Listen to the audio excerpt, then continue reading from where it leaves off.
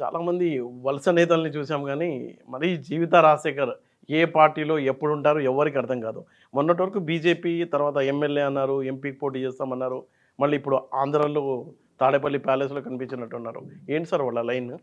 జగన్మోహన్ రెడ్డి దగ్గర పోయి కలిసిండ్రు.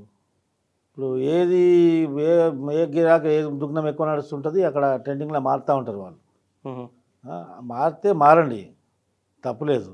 కానీ ఇక్కడ గ్రాఫ్ అయితే పెరగదు కదా, ఎప్పటి నుంచి కష్టపడుతున్నట్టున్నారు వాళ్ళు.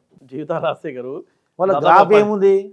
వాళ్ళ గ్రాఫ్ ఎవరు దగ్గరికి రానివ్వడం లేదు. వాళ్ళ గ్రాఫ్ ఏముంది? ఆ రాజశేఖర్కి ఏముంది? తెలుగుకు తమిళకు తేడా తెలియదు ఆయనకు.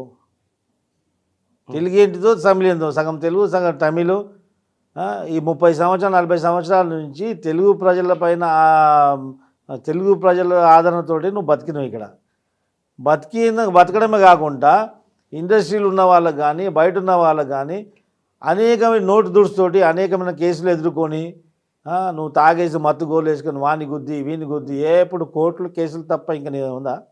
నువ్వేదో పొడి చేస్తావు అన్నట్టు ఆడికి పోయినప్పుడు. అంటే పవన్ కళ్యాణ్కి వాళ్ళిద్దరికి పడదు కదా, ఆ లైన్లో వెళ్ళాడా లేకపోతే ఈయనకి ఎవరితో పడుతుంది? ఏ పార్టీతో కుదురుగా? ఈయనకి ఎవరితో పడుతుంది?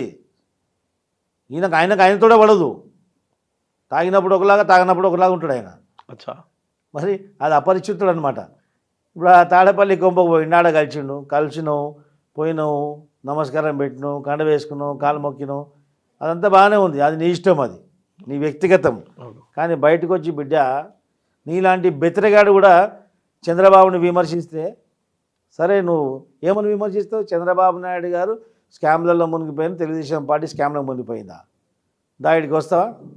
నీకు దమ్ముంటే తెలుగుదేశం పార్టీ ఆఫీస్ ముందు నుంచి ఒకడపో. నిన్ను మా గేటు కట్టేయకపోతే అప్పుడు అడుగు. అప్పుడు నీ జగన్ వచ్చి కాపాడుతాడా, నీకు ఎవడొచ్చి కాపాడ చూద్దాం. అప్పుడు నువ్వు తమిళ్లో మాట్లాడతావా తెలుగులో మాట్లాడతావా చూద్దాం. అప్పుడు నీ స్థాయి ఏంది, నువ్వేంది చూసి అది మస్తు తెలుసుకున్న తర్వాత ఎవరిని విమర్శిస్తున్నావు అనేది అప్పుడు చూడు. ఆకాశం చూసి ఉంచేస్తే మీదనే పడుతుంది. రాజశేఖర్ చేసే పనులు అన్నీ ఇప్పుడు ఇవే. ఇప్పుడు వచ్చి జగన్ ఇస్ సో లవ్లీ అంట. లవ్లీ అంటే ముద్దాడరా వయసు, నాకెందుకు? ఏం చేసుకుంటే చేసుకోవాలంటాడు, మాకెందుకు? చంద్రబాబు దగ్గరికి వచ్చి చంద్రబాబు మీద విమర్శిస్తే, నీలాంటి వాడు విమర్శిస్తే మాత్రం గుడ్డలు ఇడవేయడం ఖాయమిడ. చంద్రబాబు నాయుడు గారి తర్వాత సంగతి, మా ఒక కార్యకర్త కూడా మీకు అడ్డు తగిలింది అనుకో బిడ్డ, నువ్వు కూడా హైదరాబాద్లో తిరగలేవు. మళ్ళీ నువ్వు రా, మరి ఇప్పుడు ఉన్నావు ఏడున్నావు తెలుస్తలేదు, కానీ నువ్వు హైదరాబాద్కి వచ్చినప్పుడు ఇక్కడ మా తెలుగుదేశం ఆఫీస్ ముందు నుంచి ఒక 5 నిమిషాలు ఆగు. విమర్శించే ముందు ఎవరిని విమర్శిస్తున్నావు, నీ స్థాయి ఏంది ఆలోచించుకొని విమర్శించాలి. మళ్ళీ ఒకసారి బిడ్డ చంద్రబాబు నాయుడు గారి పైన కానీ తెలుగుదేశం గురించి కానీ మాట్లాడితే మాత్రం నాలుక జీరైన జరుగుతుంది. అంటే పోటీ చేయాలని వెళ్ళినట్టున్నారా లేకపోతే ఏంటి? వాళ్ళిద్దరు పోటీ చేయి, బాయిల దుంకు, మాకు సంబంధం లేదు అది. నువ్వు పోటీ చేస్తావా పొడుస్తావా అనేది మాకు తెలుసు, నీ కథ ఏందో నువ్వు అక్కడ చూసుకోవాలా. నువ్వు మా గురించి విమర్శిస్తే మాత్రం నీకు ఏలాడదీస్తాం చెట్టుకేసి.